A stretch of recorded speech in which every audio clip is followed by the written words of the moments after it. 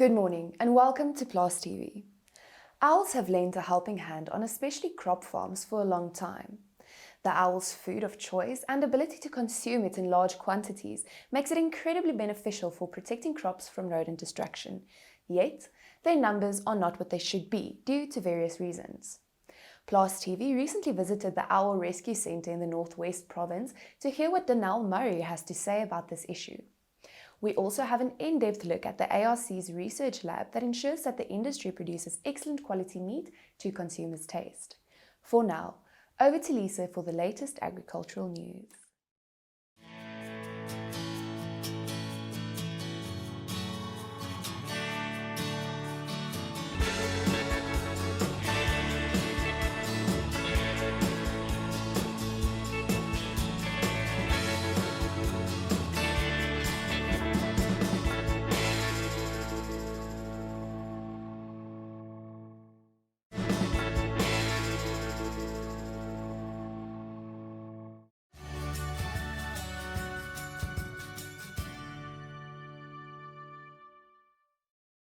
Welkom by die nuus. SAI het eergister 'n dringende aansoek by die Noord-Gautengse Hooggeregshof in Pretoria ingedien om die verbod op reis tussen provinsies vir bestaansjagdoeleindes op te hef.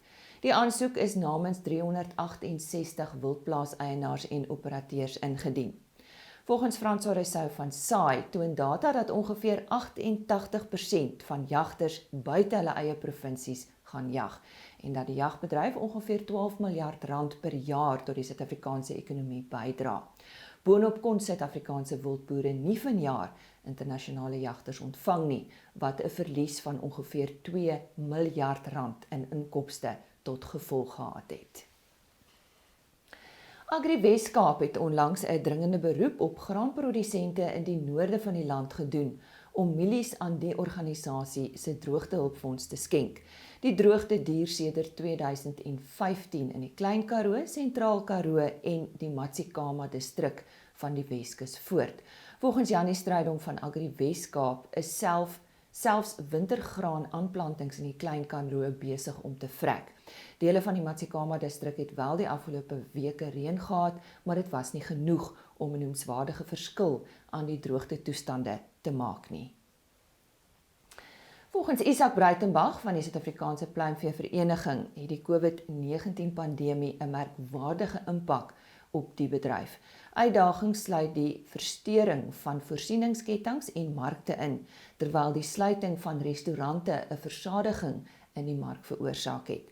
Pryse het as gevolg daarvan geval, wat 'n risiko vir beide groot en kleinskaalse boere inhou.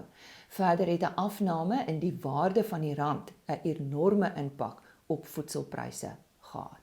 En dis dan vandag se nuus. Simparica by Zuyetis, your best friend's best friend.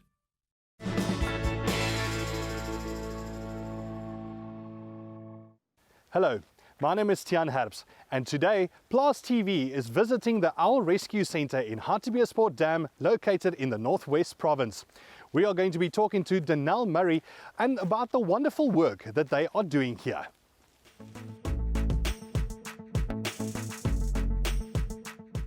So Danelle, tell us a little bit more about the Owl Rescue Centre.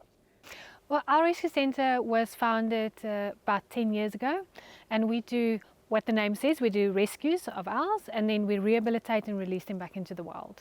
When we started the centre, we realised that there's a big need for owls to be rescued. They're your most common wildlife casualties.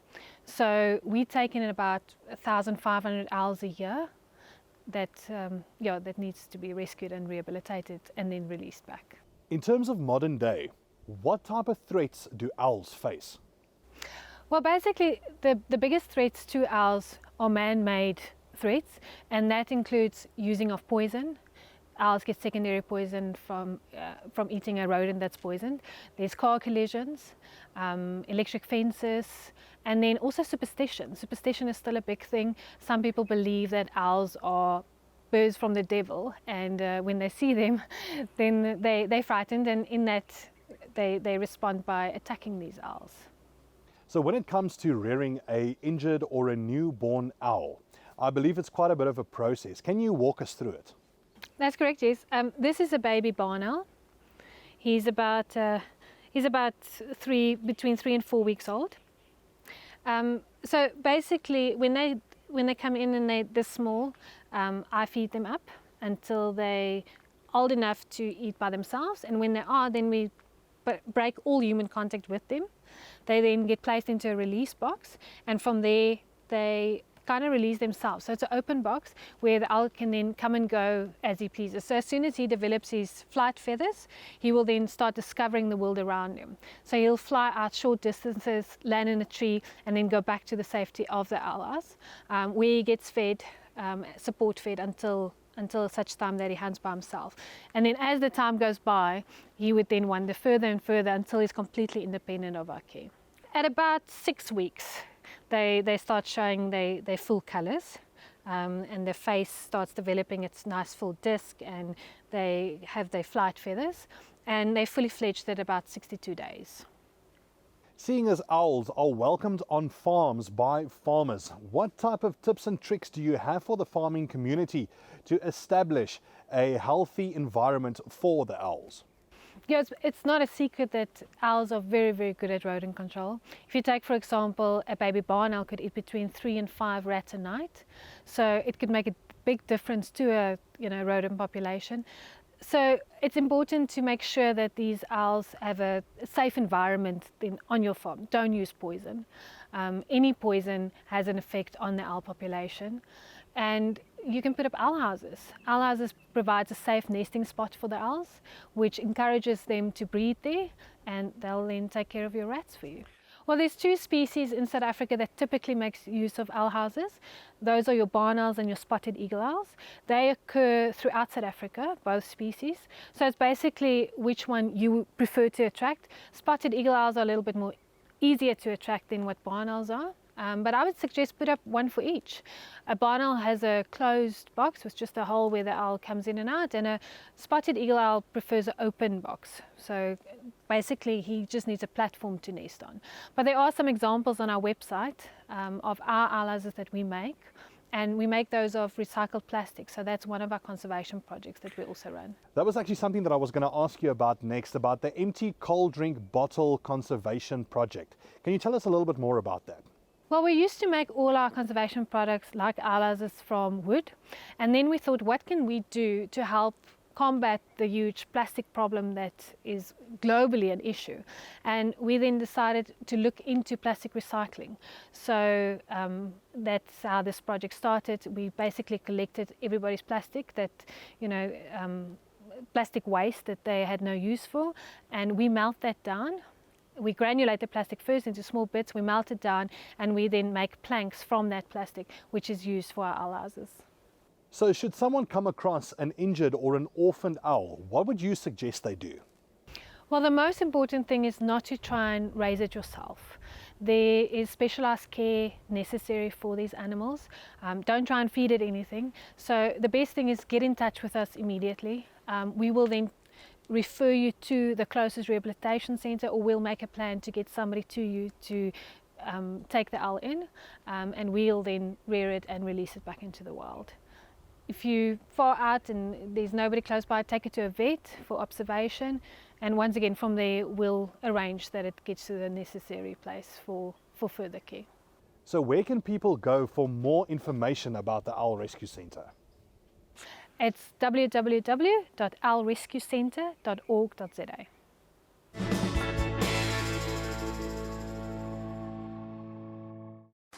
Goeiedag kykers, in vandag se weeklikse kommuniteitsmarkverslag kan daar gesien word dat rooi vleis die afgelope week gemengde reaksie getoon het. In terme van beesvleis het A2 prys effens gedaal terwyl C2 karkaspryse onveranderd gebly het. Die speenkalfprys het egter met 1.4% week op week verder toegeneem. Wat skaapvleis aanbetref het A2 lamkarkas 'n bietjie teruggesak met 1.5%, maar die C-grade het versterk met 2.7%. Die speenlamprys het vir die tweede week gedaal en is 1.2% laer as 'n week gelede. Varkvleis het egter steeds sy stygende tendens voorgesit en 2.4% gestyg week op week. Die wolmark het hierdie week weer oopgemaak. Die eerste veiling was egter swak en 5,7% laer gesluit as die laaste veiling van die vorige seisoen, terwyl bokhaar veilings volgende week oopmaak. Wat die graanmarkte aanbetref, kan julle sien dat daar steeds goeie ondersteuning vir grane is, met mielies wat 1,9% op is, koring wat 4% gestyg het en sojabone en sonneblom wat onderskeidelik 0,7 en 0,9% gestyg het. Die wisselkoers bly swak, maar ten minste het ons 'n styging gesien die laaste week met die rand-dollar wat 0,7% sterker is en die rand-euro wat 1% sterker vertoon het.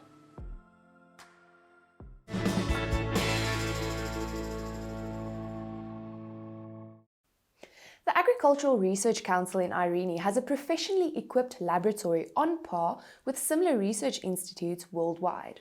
The lab consists of 15 temperature-controlled tasting booths, plus focus rooms and kitchen preparation facilities, all to ensure that the industry produces excellent quality meat to consumers' taste.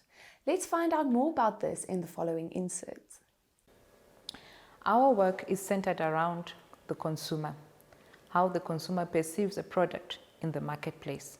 So what sensory evaluation does is it evaluates how a product would be perceived by a consumer in terms of the sensory perspective of taste, does it taste well, appearance, does it look attractive, smell, touch, feel, and they can also use their hearing when they are looking at the product. How the consumer perceives the product will actually influence whether they will buy the product again. So whilst manufacturers process their products, they can meet all the specifications that are required in terms of the chemical attributes, but if the product does not taste well, then the consumers won't buy it. So sensory evaluation is a science that is applied to mimic the human perception by using human subjects as the instruments to taste the products. Sensory evaluation can be treated as scientific study. So what we do is it has to be done under set conditions using ascribed methods. The most important thing are the panels. So we have a trained panel where we train the human subjects to describe the product, sensory characteristics. How can you describe the product? How does it look? How does it taste? Is it sour? Is it sweet? After they've described the product, which consumers would like this product? Then we bring in consumers who know the product to taste the product and to rate the product in terms of acceptability.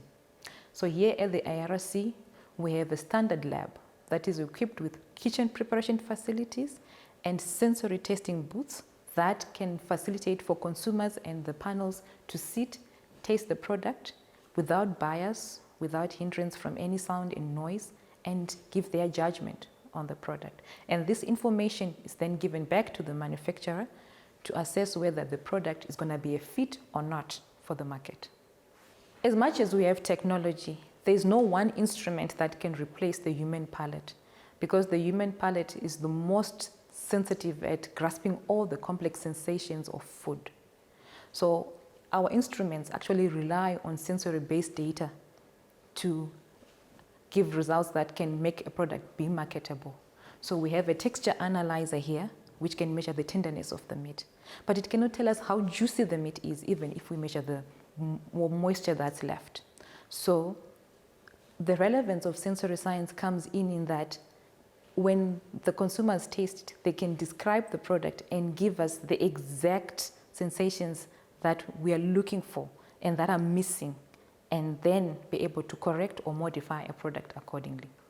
So our data is statistically analyzed, and for the academics, we can publish it in research articles, and the information is also given to the parties involved in terms of the processing to tell them this is missing or that is not available. And in so doing, it makes the product ranges grow, and it saves time for the corrections that can be done in industry.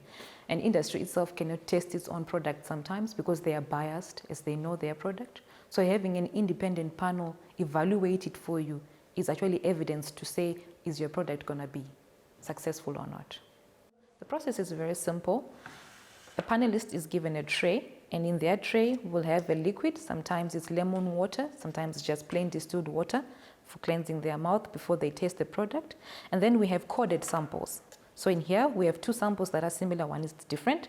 So we'll ask them to tell us which sample is closer to our reference sample in the instance, or we can ask them to say which sample is different. So this is just a difference test. We give them palate cleanser, which is our cracker, and in some cases we can give them carrots, depending on the sample. This is a meat sample that has been warmed up and kept for them to taste, and then we give them a goodie at the end just to say thank you. And here we have mud bath or sand bath. We heat it up, the sand in the ovens, and then we keep the food warm, especially if it's oily food, so that it doesn't dry up and then they cannot taste it or they perceive it in a different way. And if we have things like your sausages, your Viennas, we wrap them up nicely and we still cod them, and then we give to the panelists to evaluate. In our seminar rooms, that's where we bring the consumers, because if you bring consumers in a controlled area that looks like a lab, you kind of like infringe them. You want them to have that sensation that they're in a free space so that they can give you their honest, clear opinion. So we have seminar rooms where we allow them to sit in a more flexible atmosphere, and we can move the chairs around so that they are not too close to each other. They must not influence each other. And so in that way, we are able to do all kinds of different tests. And in that room there, we have our texture analyzer, where we do the objective sensory analysis of the meat texture, which we can correlate with our sensory data as well. And in this lab, we have our ovens where we do our preparation of the products. And these booths that we have are our sensory booths. So the panelist receives their food through the booth on the other side. And if the lighting has to be controlled, we have red light that we can switch on to make sure that they are not biased by their appearance in color, but we only want to hear what they perceive in taste and aroma and all other things. And then we can also put light, and we have temperature control to actually make the atmosphere ideal. You don't want to bring something and then maybe it's too hot on that day and you disturb the panelists from evaluating, because they are all like instruments, so we want to keep everything standard.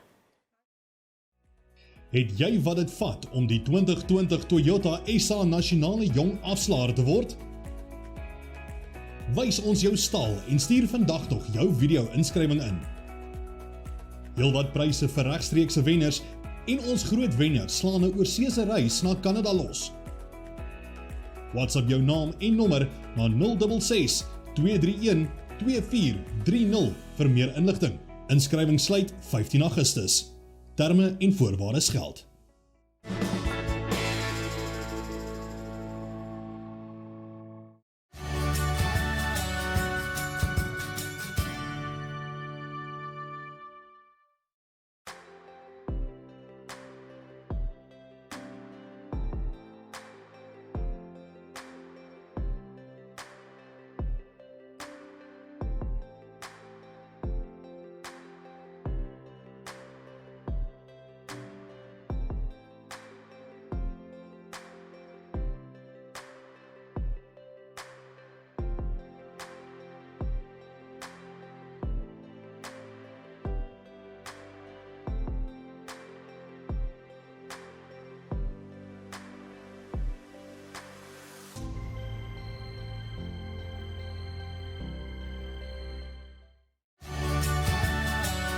Standard Bank, voluit vorentoe.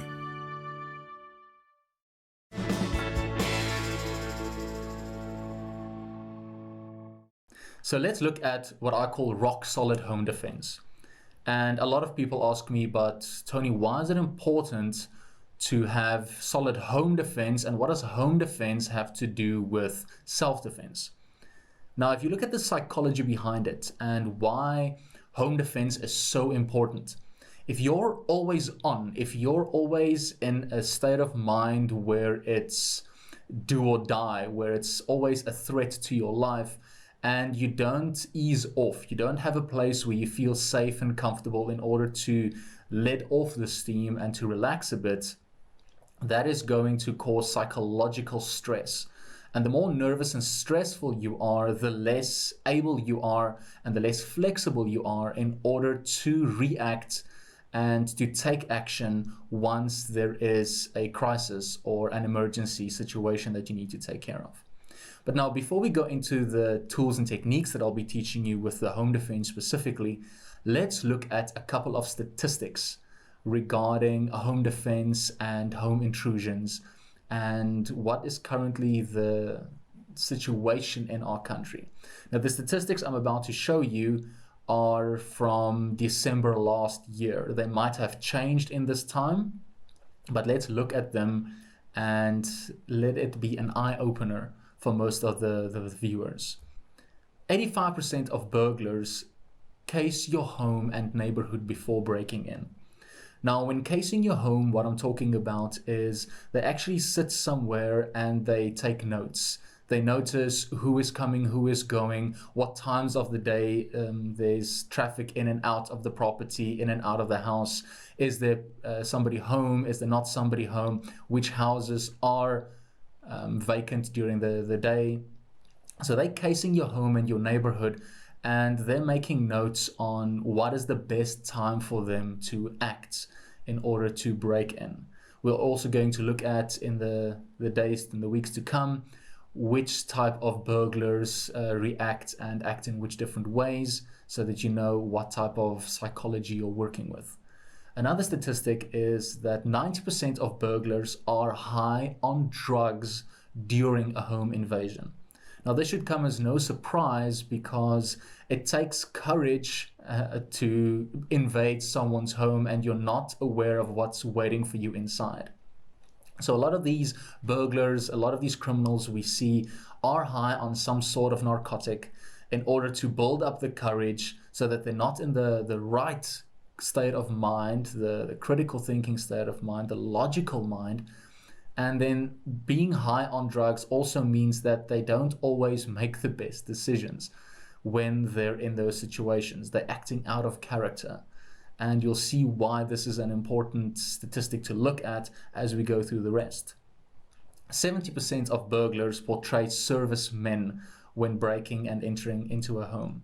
Now, with servicemen, I'm talking about mailmen or salesmen, meter readers. A lot of times we see and we hear about criminals pitching up at your door and saying that they're there to conduct some sort of census questionnaire or a feedback, or they're from some charity. So they portray the guise of servicemen in order for you to let your guard down. And it's in that moment when your guard is let down that they're actually breaking into the homes. This is not during the daylight robbery, so to speak, when there is in actual fact somebody at home.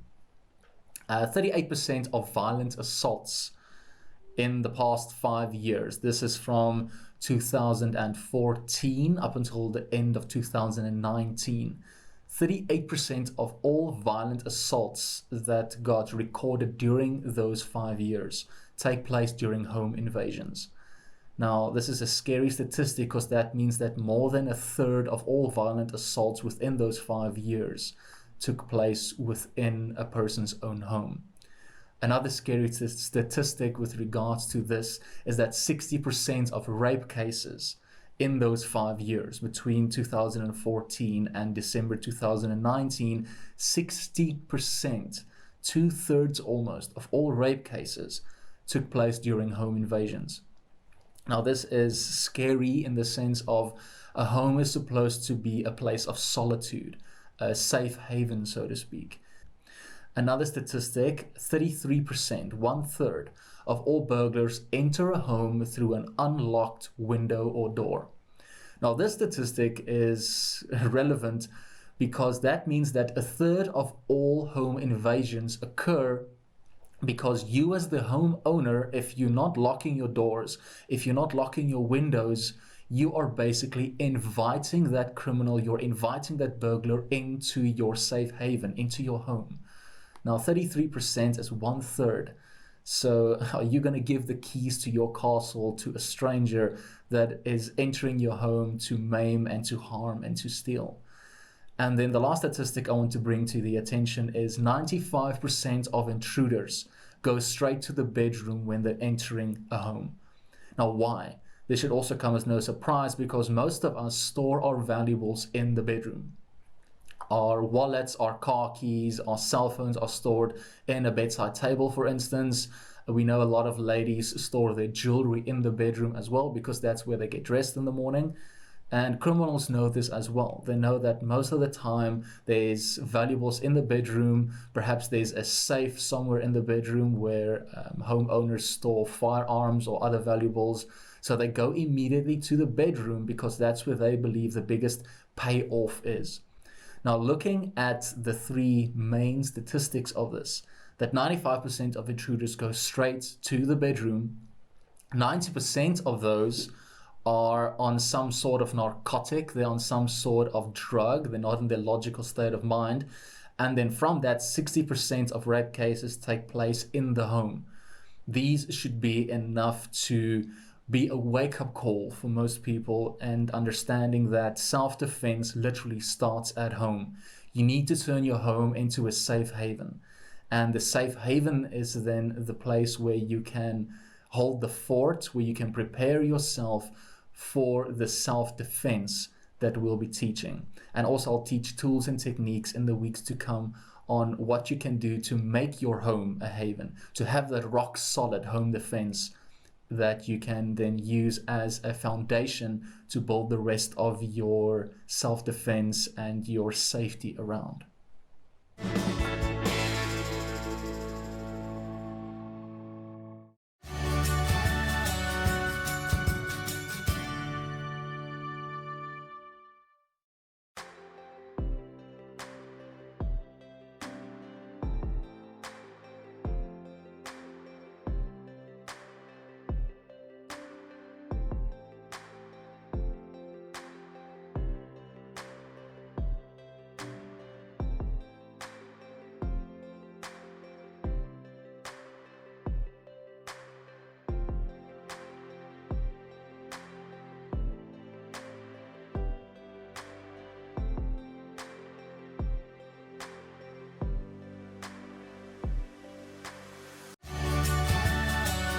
Net 'n Film.